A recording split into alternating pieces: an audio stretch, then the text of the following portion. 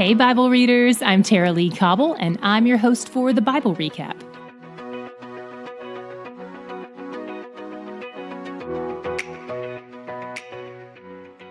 Did you know we offer bonus episodes and content to the Bible readers who are part of our Patreon community?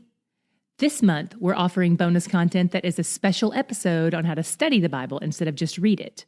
You can find out more in our show notes or by visiting patreon.com/the Bible Recap.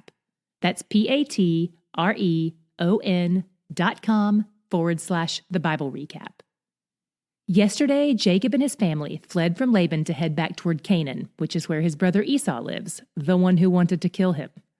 Obviously, Jacob has no idea how things will go if and when he encounters Esau, which would make most people a little bit nervous. By the way, Esau lives in an area called Edom, which is why the descendants of Esau are called Edomites.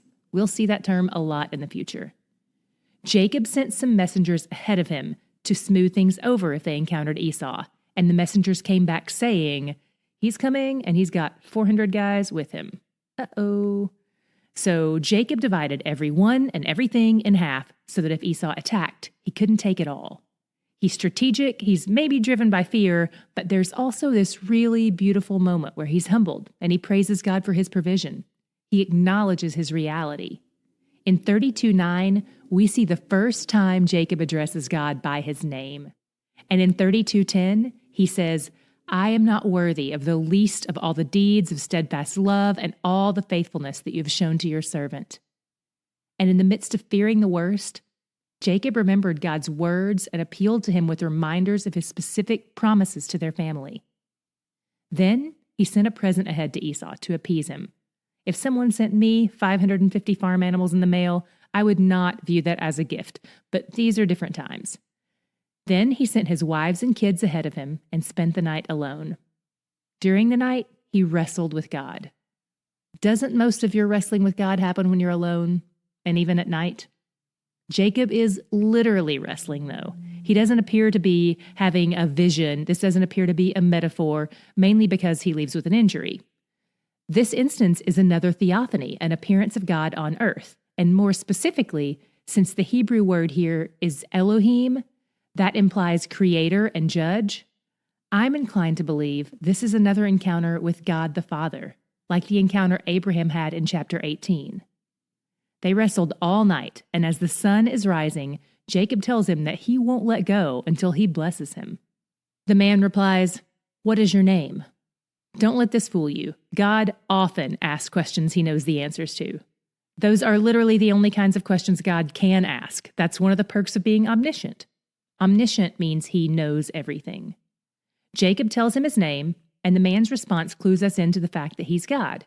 First, he affirms that Jacob had not only wrestled with men, but that he'd also wrestled with God. And second, he changes his name, which you may recall is a big God move. Sometimes when God is about to reveal a new assignment or direction in someone's life, he renames them. Here, he calls Jacob Israel. It's the first time we see this word in Scripture. The name will eventually come to refer not only to this one man, but also to all of his descendants as well. So Jacob left renamed and limping. This was Jacob's moment of transformation, encountering God face to face like this, like his father and grandfather had. Finally, his faith is starting to become his own. Then Jacob/Israel continues on his journey.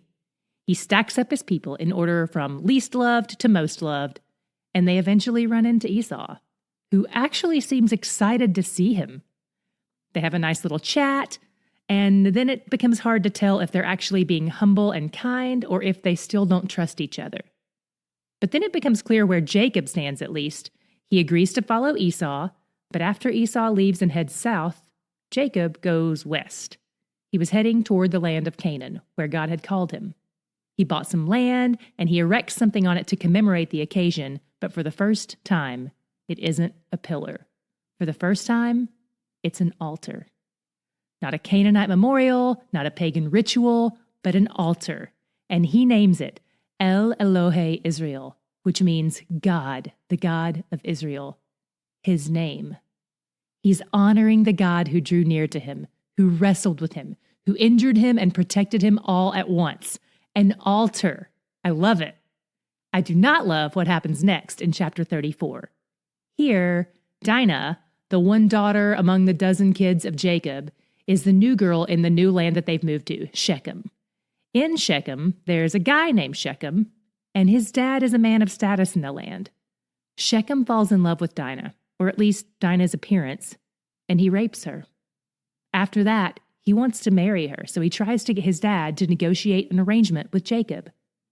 Jacob and his sons are outraged, and rightly so. The text makes it clear that rape is taken seriously among their people. But Jacob sits passively by while his sons make the plan. They do it in much the same way Jacob always makes plans, which is to say, in a sneaky way. They plan to kill all the men of the land in retaliation for what Shechem did to Dinah. They tell them that they all have to be circumcised, a kind of forced false conversion. So Shechem and his dad agree on behalf of everyone in town. I can't imagine how the other men of the land felt about this. Shechem is a man of status and caliber in town, but his actions and attitude reveal that he has a grand sense of entitlement. He may have had power, but in my opinion, when it came down to it, he didn't have character. On the third day, after all the men in the town were circumcised, Simeon and Levi, who were two of Dinah's full brothers in their blended family, entered the town, killed all the males, and rescued Dinah. Then they captured and plundered everything. Jacob disapproved, but mostly because he was afraid of retaliation. This is also a good place to mention that God himself never endorsed their actions. The Bible is just describing what happened. And in fact, later in Scripture, we'll see more about God's response to their response to Shechem's sin. Sit tight. What was your God shot today? I loved seeing how God changes hearts. Even though difficult circumstances are often his tool of choice, but that's possibly because they seem to be the most effective. He used a scary situation to humble Jacob when he was about to see Esau. Then, when Jacob was humbled and alone, God drew near to him, wrestled with him, renamed him, changed him. Jacob went from being the man who erects pillars to the man who builds altars. But rest assured, Jacob is still a work in progress. He still lies and manipulates, and even his response to the slaughter of Shechem was still self-focused. But God never gives up on him, because God knows that he will complete the work he started in him.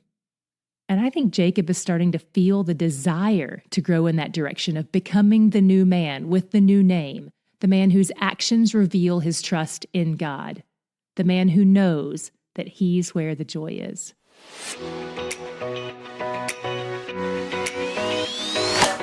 The Bible Recap is brought to you by D Group, discipleship and Bible study groups that meet in homes and churches around the world each week. For more information on D Group, visit mydgroup.org.